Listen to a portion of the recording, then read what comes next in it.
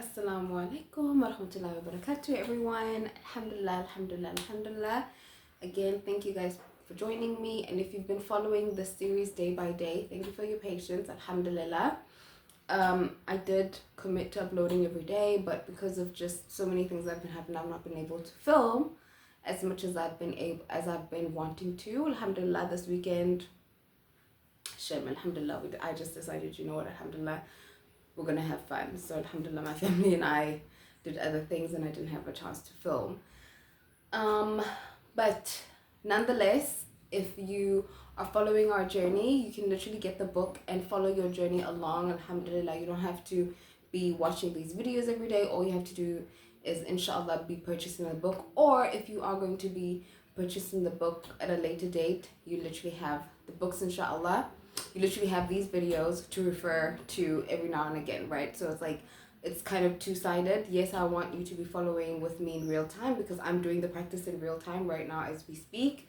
However, if you're going to be watching this later, it's nice to kind of do the practice and watch the video also kind of to come, you know, full circle. Anyway, I love you all for the sake of Allah. If you're new here, my name is Imaan, the author of The Believer's Book of Magic, a 29-day guide to attracting abundance through gratitude, which is a book designed to do just that, bring the goodness of Allah subhanahu wa ta'ala into our daily lives through consciously injecting gratitude in every single part of our lives, alhamdulillah.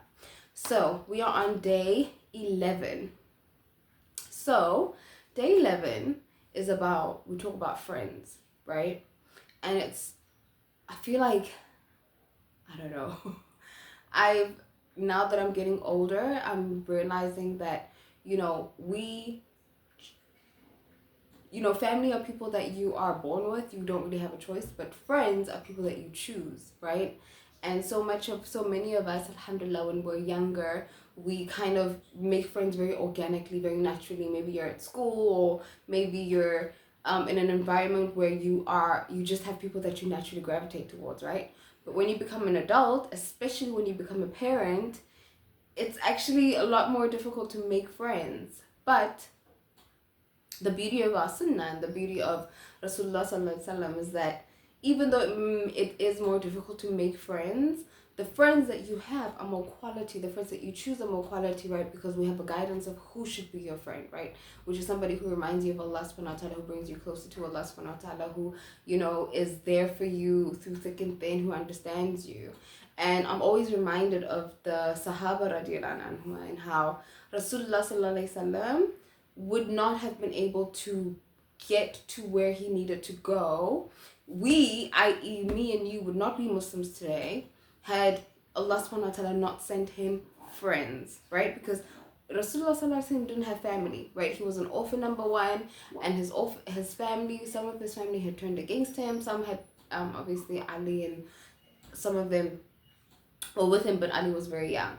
But he needed friends. He needed people who he was, on the same level playing field with, people who understood his situations, people who had children the same ages, who were going through the same type of marriage woes and marriage dilemmas, who were men or women who were trying to maintain their families and build their faith and build their Imaan. He needed friends, alhamdulillah, to propel him forward. And that's exactly where we are today. I feel like we live in a society today where it's very much like, I can be on my own, whatever. But it's actually not the case. We need friends, we need companionship, we need people, alhamdulillah, to carry us through.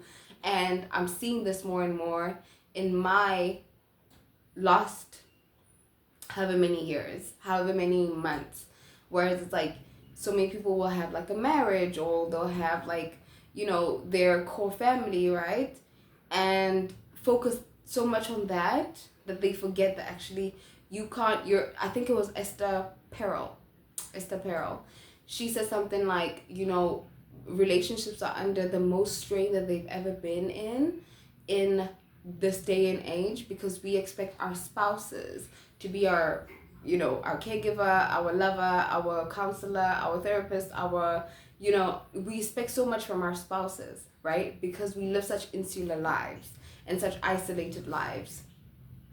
And you'll find a lot of time, especially with Muslim people, Muslim women, they'll like have their husband, have their co-husband, and then they won't have that many friends. Or if they do have friends, like maybe a occasional online friend or whatever, but we don't really make that effort to actually meet with our friends, talk with our friends, be there for our friends.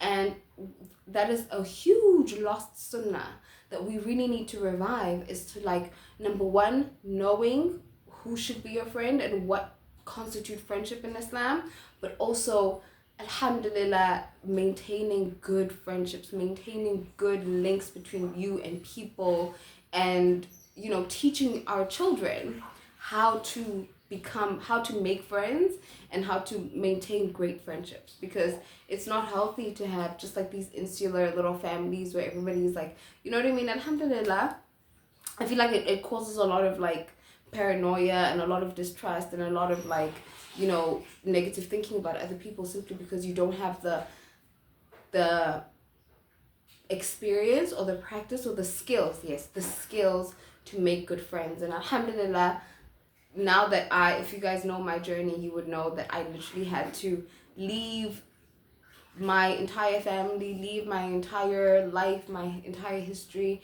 and I came to the city with 2 bags and my daughter and nothing but like trust and hope that Allah subhanahu wa ta'ala was going to give me something, right? And alhamdulillah, He gave me so much more than I could even have imagined for. Like, subhanallah, may Allah continue to bless us and increase us and grant us goodness, Ameen. But I've also had to really, really, really be thrust outside of my comfort zone. And because I've always been somebody who's like, oh no, well, as long as I have my family, it's all good. As long as I'm like, whatever. As long as my dad's around, as long as my sisters are around, like, I don't really care, right? But because I was removed from that environment, I still had that human inclination for connection and for love and for trust and for laughter and for all of those things. And so I had to learn now how to make friends. And alhamdulillah, I'm in a position now where I have to, I'm attracting or people coming into my life who are good quality people, alhamdulillah, and I can have discernment without the pressure or the peer pressure of my past or anything like that. I can have discernment of like who it is that I allow in my space and who doesn't and who isn't. And also people can kind of judge me for who I am and not based on who I am, my family, this and that, you know what I mean? It's just, it feels very pure, and I'm very grateful for that. So alhamdulillah, if you're my friend and you're watching this, I love you for the sake of Allah. May Allah bless you. Ameen. So yeah, so alhamdulillah, today's practice is about friendship. And yes, read through the practice, do the practice today, alhamdulillah, and really just thank Allah subhanahu wa ta'ala that we have friends in our lives. But more than that, we have the sunnah to enable us to know what is true friendship, what to look for in friendship, and how to be a good friend. Because so many of us, we want people to be good friends to us, but how can we be good friends? And sometimes we're not. Like, I always wonder, like, gosh, ya Allah, I only have like a little, like Liam Neeson, or like, I have a certain set of skills.